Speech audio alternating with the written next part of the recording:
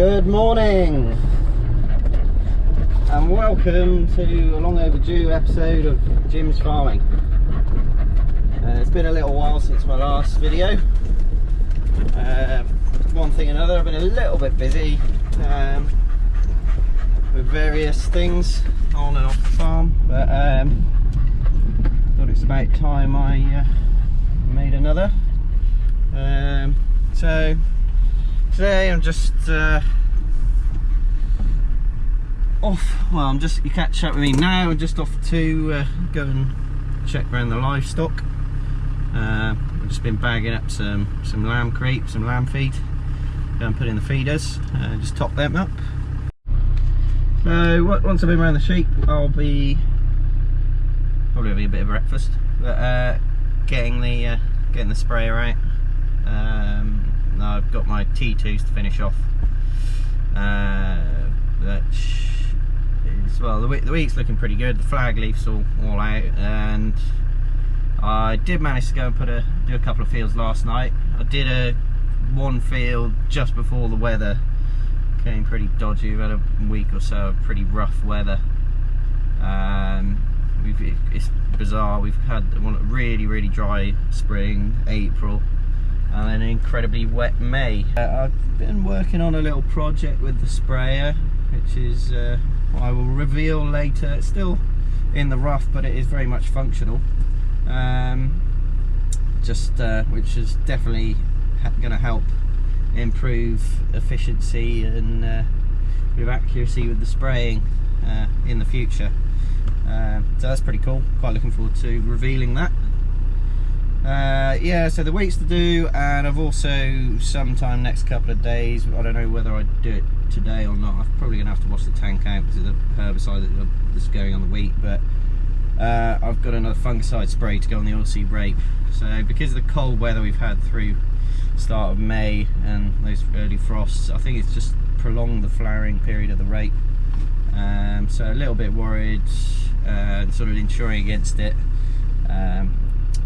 About sort of the petal drop, so and I think it's called scleratinia. I don't know, maybe somebody could correct me on that.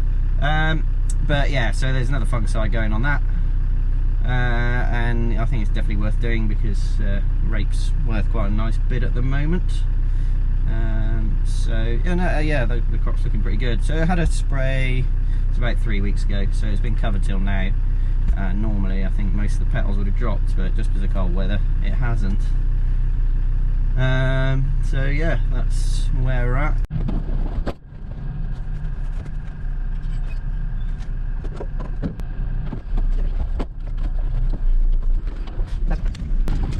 So the kind of sad thing, we've pretty much got a lock on every gate that we have live, to every field that we've got livestock in on this farm. Too many experiences with gates being left open over the years, and it's not a new problem. It's my grandfather put locks on the gates years ago. So anyway, hand it out. Dad, come by.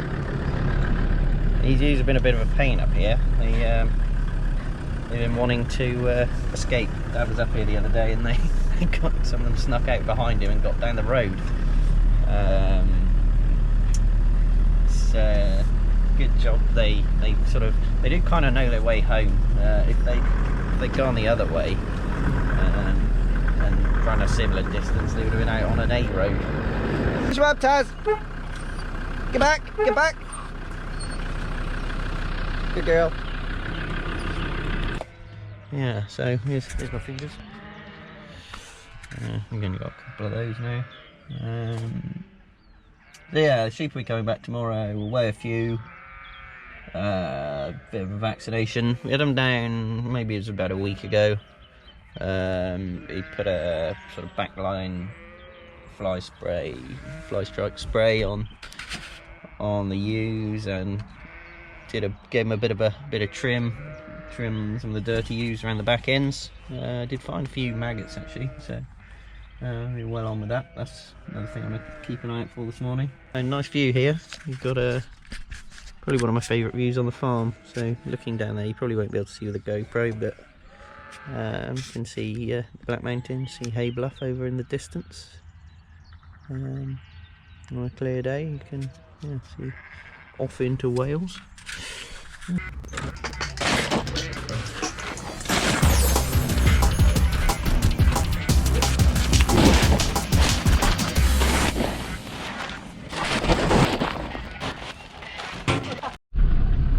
So that's the one field we've got, just a couple of acres. Gonna cut the silage. Yeah, that's growing quite nicely. That's a relatively newish lay, to be fair.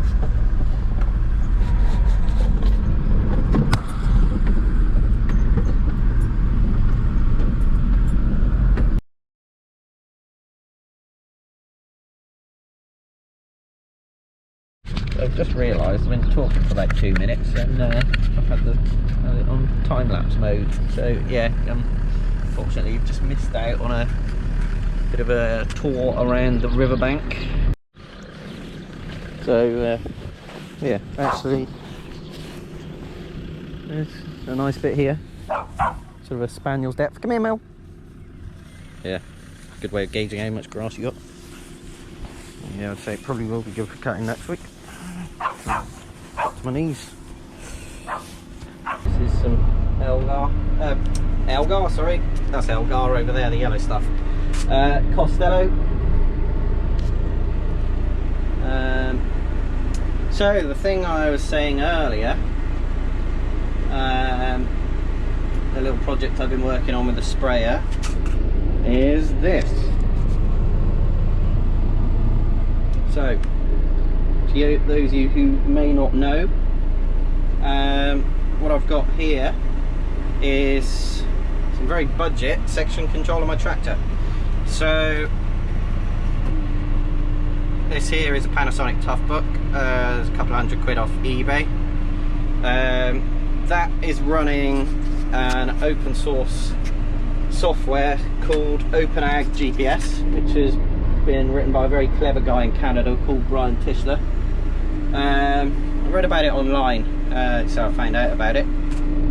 So this is free to download it runs on Windows, which is why I bought this. It's a pretty rugged tablet. Well, it's a bit more than a tablet, it's a bulky thing.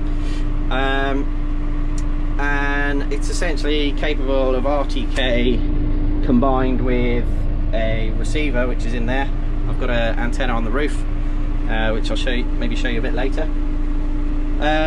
And it's able to, with a correction signal which comes from the internet, it's able to utilize RTK.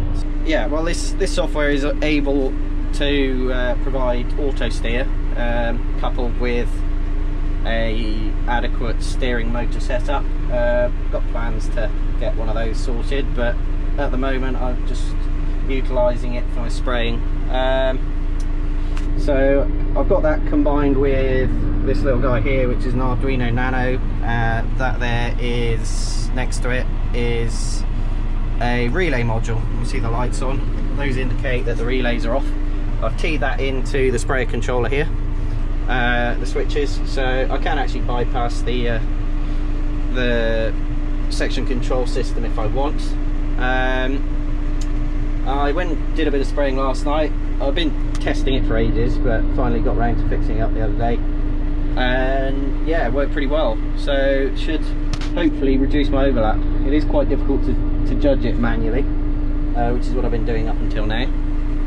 But yeah, it should just reduce overspray, make it all a little bit more accurate. Right, so I've done the headland and I'm just approaching headland here, and all being well, there we go, and they've shut off. So the other thing this shows is how much I'm overlapping. Well, how much overlap I got from when I drilled the field. So actually, quite happy with that. Well, this run anyway, it's not too bad. always rather have less overlap than a little bit of overlap rather than misses.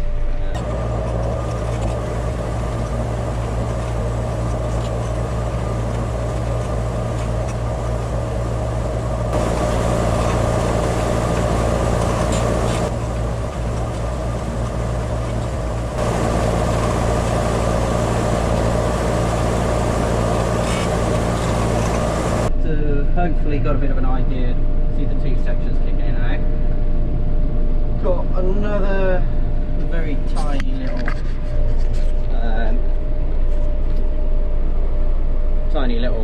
butt to do up in this corner, but there we go. See, well, you can just see where the little bit of overlap with the sections have been. Yeah, quite pleased with that.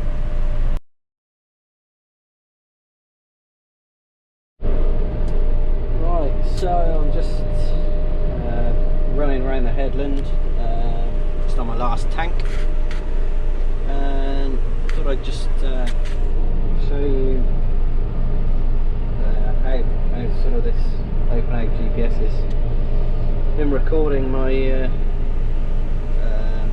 coverage, and how when I've been back to the farm for a fill up, how my tracks haven't moved. So look here, see I've been down this side and travelling on the tram lines, which is a fixed point. My boom of there is in exactly the same place, so I think that's pretty good. You know, I've got an RTK fix, so kind of expect it to be, but even though the base station I'm connected to is like 40 k's away, it's, you know, still pretty damn good if you ask me. So it'd be quite interesting to see how what auto steer would be like with this sort of setup. Right, back to the spraying. Here we have quite a good example of sections we'll be kicking on. There we go.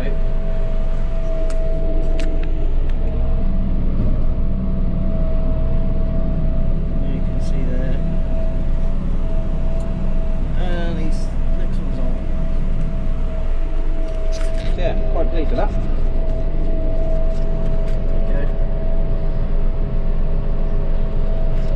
How well you can see that.